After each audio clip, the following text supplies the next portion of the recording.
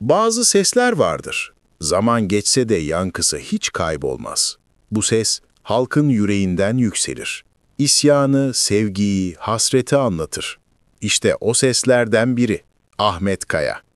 Ahmet Kaya 28 Ekim 1957'de Malatya'da dünyaya geldi. Babası bir fabrika işçisiydi. Annesi ise ev hanımı.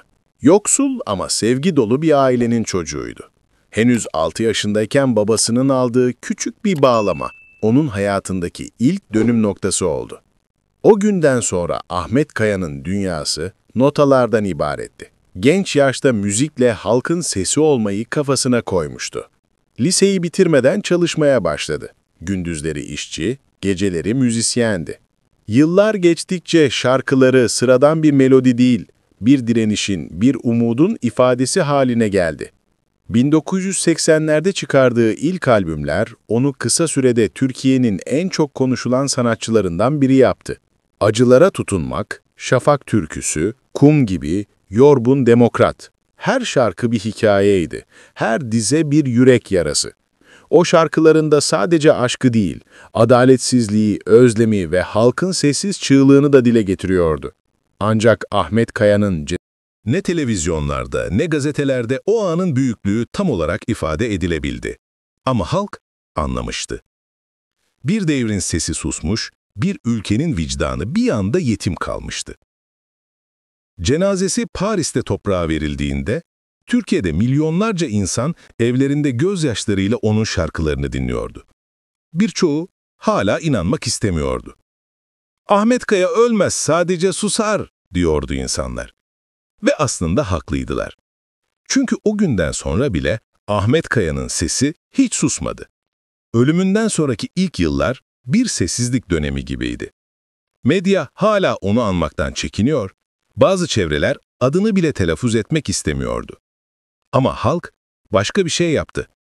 Kasetçilerin raflarında, evlerin eski çekmecelerinde saklanan Ahmet Kaya kasetleri yeniden çıkarıldı. Gençler ailesinden, abilerinden, ablalarından onun şarkılarını dinlemeye başladı. 2003 yılında ölümünden sonra yayınlanan Hoşça Kalın Gözüm albümü, Paris'te yarım kalan kayıpların tamamlanmasıyla dinleyicilerle buluştu. Albümdeki her şarkı bir veda mektubu gibiydi. Sanki o, ölümün hemen öncesinde bile dinleyicilerine sesleniyor, "Ben gidiyorum ama sözüm burada kalacak," diyordu. Ve gerçekten de öyle oldu. O sözler, o melodiler, o ses. Türkiye'nin dört bir yanında yeniden yankılanmaya başladı. Artık Ahmet Kaya sadece bir sanatçı değil, bir simge olmuştu. 2005 yılından itibaren genç kuşaklar onun müziğini internet üzerinden keşfetmeye başladı. O yıllarda YouTube yeni yeni yayılıyordu. Kullanıcılar eski konser kayıtlarını, yasaklı röportajlarını, unutulmuş görüntülerini yüklemeye başladılar. Birdenbire yeni bir kuşak Ahmet Kaya'yı keşfetti. Bu kuşak onu sadece bir politik figür olarak değil, bir özgün sanatçı olarak gördü. Bağlamasının tınısında içtenliği, sesindeki kırıklıkta samimiyeti buldu.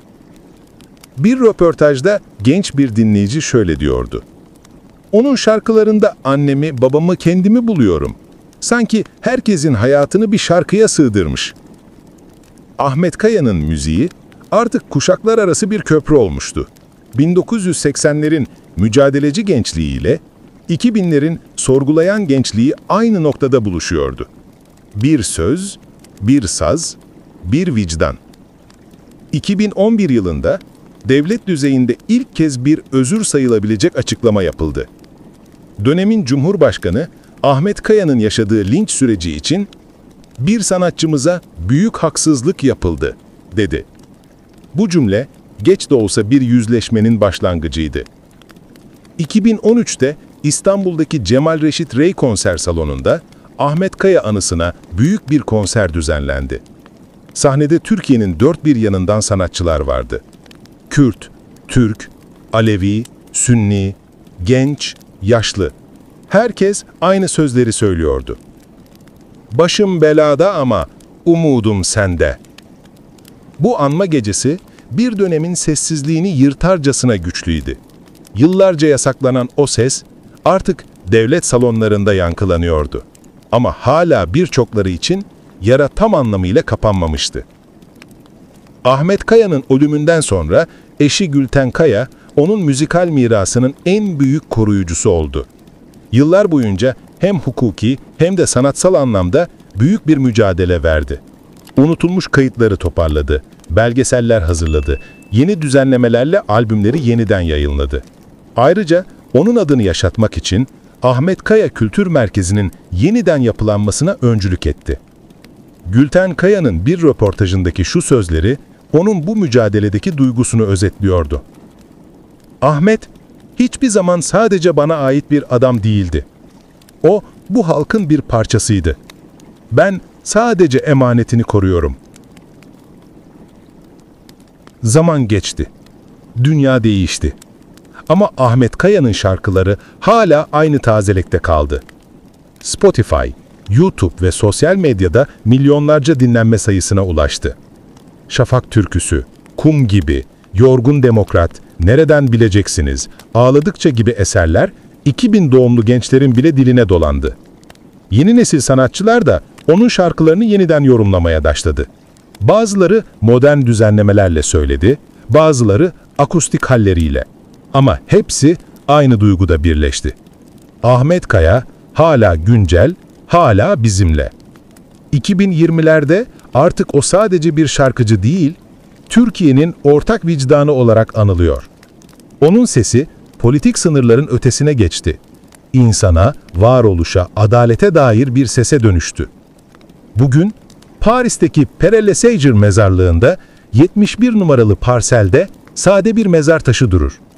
Üzerinde şu yazı vardır. Her yıl 16 Nevber'de dünyanın dört bir yanından insanlar o mezarın başına gelir. Kimisi bir karanfil bırakır, kimisi sadece Şafak türküsünü mırıldanır. Kimisi de gözyaşlarıyla keşke dönseydi der. Ama o dönmese de hep buradadır. Çünkü bir sanatçı yaşadığı yerle değil, dokunduğu kalplerle var olur. Ahmet Kaya bu anlamda çoktan ülkesine dönmüştür. Ahmet Kaya'nın hikayesi sadece bir müzisyenin değil, bir çağın hikayesidir. Bir yoksul çocuğun, bir sazın tellerinden bir halkın kalbine uzanan yolculuğu. Onun şarkıları hala aynı gücü taşır. Çünkü o şarkılar bir ülkenin sevinçlerini, acılarını, direnişini ve umutlarını taşır. Bir röportajında şöyle demişti. Benim tek derdim insanın insana zulmetmemesi. Gerisi türkü, gerisi hikaye. Bugün onun şarkıları hala bir barış, bir adalet, bir sevda çağrısıdır. Onu anlamak sadece geçmişi değil, bugünü de anlamaktır. Ahmet Kaya sustuğunda bir ülke sustu sandık ama aslında o anda bir ülke onu yeniden duymayı öğrendi. Bir gün dönmek üzere gitmedim ben. Ama bil ki ben hep oradaydım.